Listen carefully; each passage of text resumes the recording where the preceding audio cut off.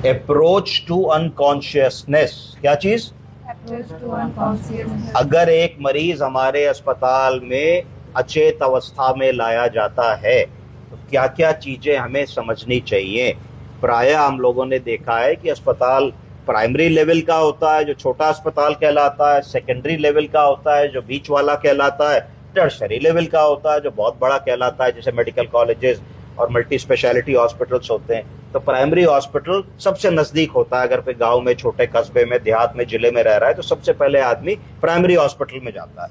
तो वहां डॉक्टर साहब जब देखते हैं कि मरीज अनकॉन्शियस स्थिति में है तो उसको प्राइमरी उपचार देके जनरली बड़े अस्पताल भेज देते हैं। तो हमें यह आज समझने की कोशिश करनी है कि अचेत अवस्था, अनकॉन्शियसनेस को कैसे इवेलुएट करेंगे। पहले हम हिस्ट्री लेंगे। अगर हम इस पेशेंट की बात करें तो ये पेशेंट सांस का रोगी था, उसको सांस की बीमारी रहती थी जिसको क्रोनिक ऑब्स्ट्रक्टिव पल्मोनरी डिजीज कहते हैं।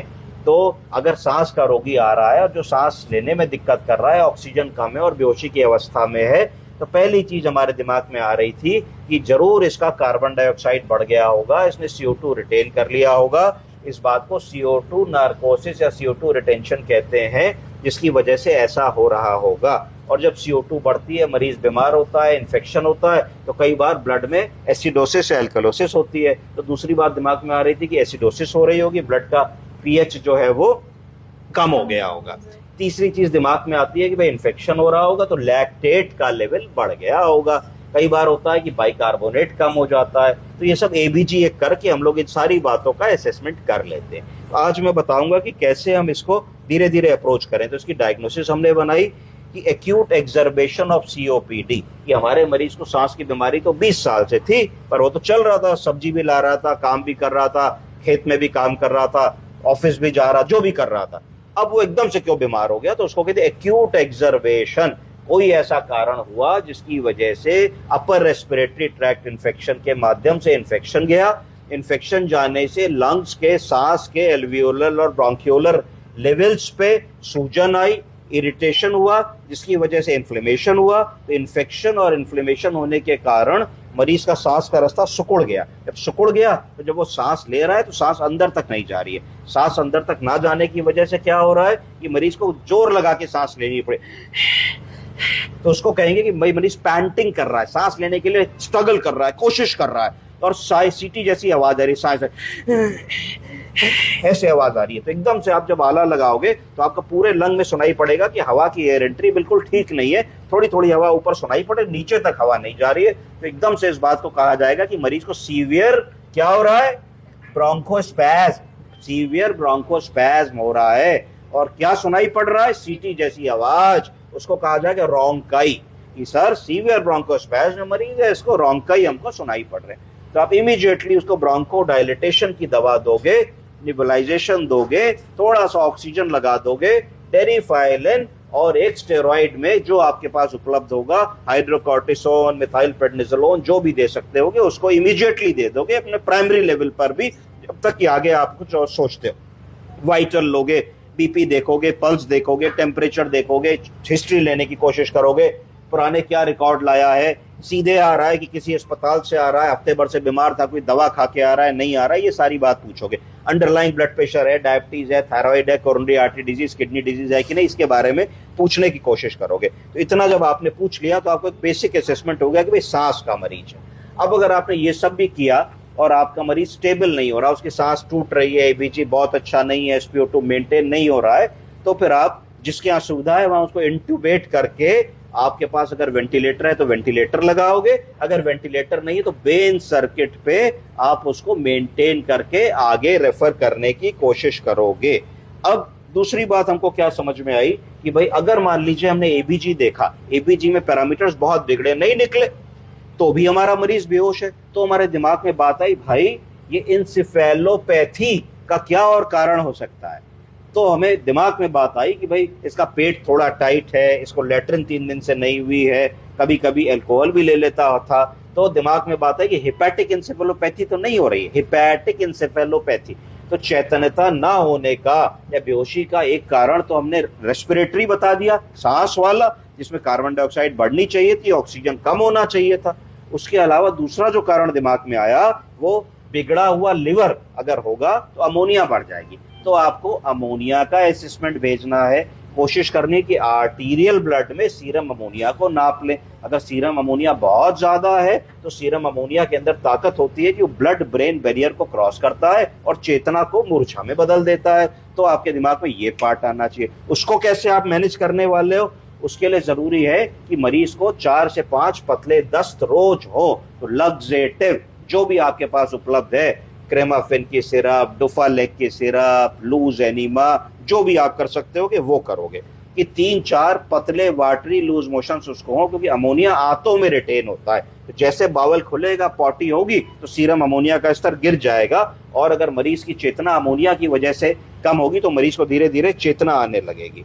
उसके बाद यदि मरीज कोई नशे की दवा करता है, कोई मरीज ने नींद की दवा खाई है, कुछ और दवाएं करता है, तो कोशिश करोगे कि उस इमरजेंसी के दवा समय में उस सारी दवाओं को रोक दोगे और अटेंडेंट से कहोगे कि हमारे डॉक्टर जैसा बताएंगे हम धीरे धीरे दवाओं को अपने हिसाब से देंगे, अभी आप मुट्ठी भर दवाओं को इस समय 1-2 दिन के लिए रोक लीजिए, इमरजेंसी की दवाओं को चलने दीजिए। उसके बाद और देखोगे कि भाई क्या चीजें खोजने की कोशिश करोगे।